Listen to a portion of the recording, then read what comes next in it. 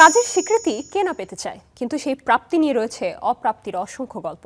আবার প্রাক্তনকে ঘিরে দুজন মানুষের মধ্যে দূরত্ব ক্রমশ বাড়লেও সেটি কখনো কখনো কাছে আসার গল্পে রূপ নেয়। এমন হয় নিজের ব্যক্তিগত জীবনের নিরাপত্তা চেয়ে ছুটে যেতে হয় বিচারকের এজলাসে। এমন হতাশার ভিড়েও উৎসবের আনন্দ ছড়ায় কিছু নির্মাণের গল্প। দেশ বিদেশের বিনোদন অঙ্গনের এমনই সব নানা আলোচিত এবং আকর্ষণীয় আপডেট নিয়ে সাজানো আমাদের আজকের আয়োজন। চলুন একে একে দেখে নেওয়া যাক কি কি থাকছে আজকের ট্রেন্ডিং টুডেতে। জাতীয় হোক বা দেশের প্রথম সারির যে কোনো পুরস্কার, সেটি প্রাপ্তি বা অপ্রাপ্তি নিয়ে বিতর্ক নতুন কিছু নয়। সেই বিতর্কের পালে এবার হাওয়া দিলেন অভিনেত্রী জাকিয়া বারী মম। আক্ষেপ প্রকাশ করে মমতার ফেসবুক দেয়ালে লেখেন, জীবনে কত অ্যাওয়ার্ড পাইনি, কিছু বাদ গিয়েছে লবিং এর কারণে, কিছু হয়তো আনতেই যায়নি, কতবার নাম কাটা পড়েছে জাতীয় পর্যায়ে, কতবার অনুষ্ঠানে পারফরমেন্স করতে পারিনি বলে অ্যাওয়ার্ড মেলেনি, শেষে খোঁজেন সান্ত্বনাও। লেখেন, এত নাইয়ের ভিড়েও আছে আমার সর্বকালের সবচেয়ে বড় অ্যাওয়ার্ড, দর্শকের ভালোবাসা।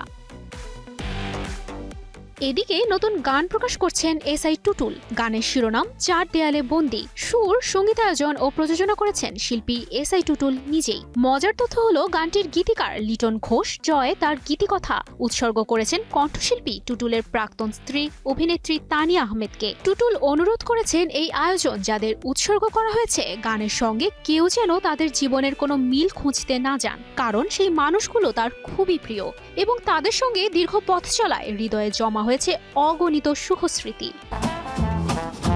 ডাক্তার দিদিমণি আয়া হ্যাঁ, নমস্কার করো। সমস্যা না বলে তো বুঝবো না কোন বড়ি দিতে হবে। একটা সাদা বড়ি আর একটা হলো হলুদ বড়ি।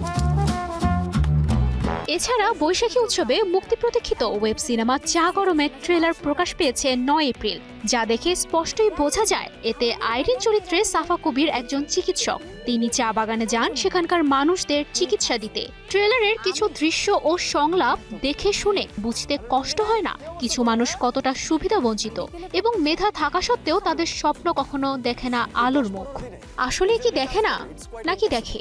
চা গরম সিনেমায় পাওয়া যাবে সেই উত্তর। সাইফুল্লাহ রিয়াদের গল্প ও চিত্রনাট্যে ফিল্মটি পরিচালনা করেছেন শঙ্খ দাশগুপ্ত। গল্পের চরিত্রে আরও আছেন পার্থ শেখ ও একে আজাদ সেতু। 14 এপ্রিল চরকিতে মুক্তি পাবে এই সিনেমাটি।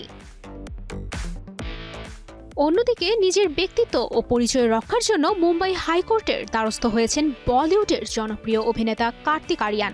জানা গেছে একাধিক দেশি ও আন্তর্জাতিক ই কমার্স প্রতিষ্ঠান এবং সোশ্যাল মিডিয়া প্ল্যাটফর্মের বিরুদ্ধে মামলা দায়ের করেছেন তিনি। অভিযোগ উঠেছে অনুমতি ছাড়াই কার্তিকের নাম, ছবি, কণ্ঠস্বর ও এআই ভিডিও ব্যবহার করে বাণিজ্যিক কার্যক্রম চালানো হচ্ছে।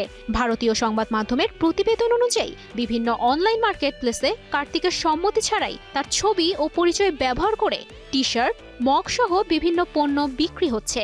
আরও গুরুতর হলো, কৃত্রিম বুদ্ধিমত্তা প্রযুক্তি ব্যবহারের মাধ্যমে তার ডিপ ফেক ভিডিও তৈরি করে বিজ্ঞাপনে ব্যবহার করা হচ্ছে, যা তার গোপনীয়তা এবং প্রচারের অধিকারের স্পষ্ট লঙ্ঘন বলে দাবি করেন অভিনেতা ও তার আইনজীবী।